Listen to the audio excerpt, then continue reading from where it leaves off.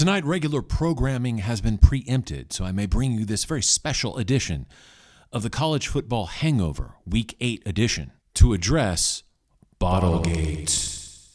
I've seen a lot of stuff online talking about the incident that occurred during the Georgia-Texas game Saturday night in Austin, where after a very questionable defensive pass interference call, the stadium erupted in rage and the student section began throwing water bottles onto the field. It took about 5 minutes to restore order. Thankfully, the UT staff at DKR and, most importantly, Coach Steve Sarkisian himself managed to calm the students down and restore order in the stadium. Now, this unfortunate incident has also spurred on conspiracy theories, where some people are saying that the University of Texas somehow was the hidden hand behind the bottle throwing incident and that they were using the students as a way to change the call on the field.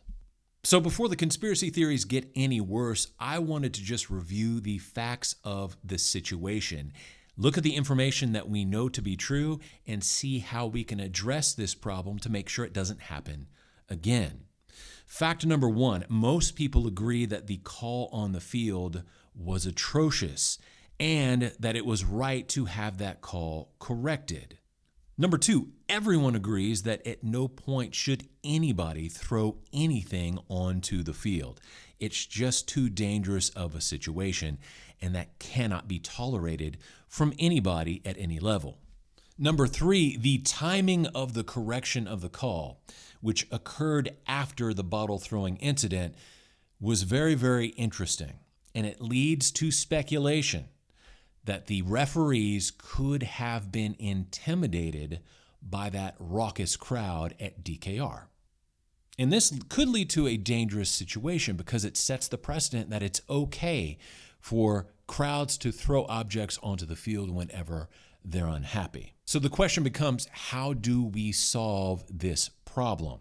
Well, number one, coming from the conference's point of view, I think it's important to nip this behavior in the bud right away. I would issue a fine to the University of Texas of at least $250,000 to send a clear message to every school in the conference that this kind of behavior will not be tolerated.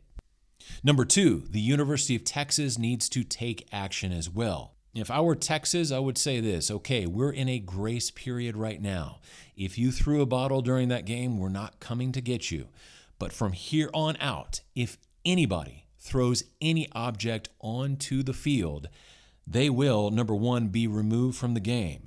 They will be barred from attending events at DKR for a period of 10 years.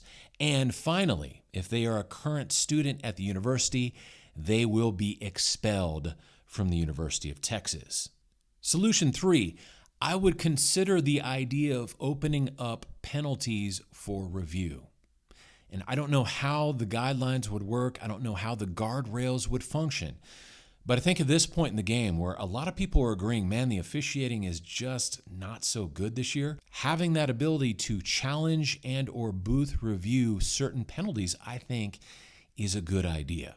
Having said all that, I really hate to disappoint my friends in College Station, but there is no grand conspiracy from the University of Texas here. And I know you like to blame us for everything: rigging elections, starting World War III, putting Quinn Ewers on the cover of the NCAA football game. Everything is a conspiracy to y'all. This is not a conspiracy. It's a group of rowdy college students who got out of hand. And I think if the SEC and the University of Texas takes immediate and swift and substantial action here, we can avoid this kind of incident from ever happening again. And even more notably, this could be a turning point for the positive in the game of football, because this could lead to the opportunity for certain penalties to be reviewable. And in the era of some very questionable officiating, I think that is a great thing. In any case, stay tuned for the SEC Power Rankings for Week 9. This is Kevin saying hook 'em horns, God bless you, and I'll talk to you later.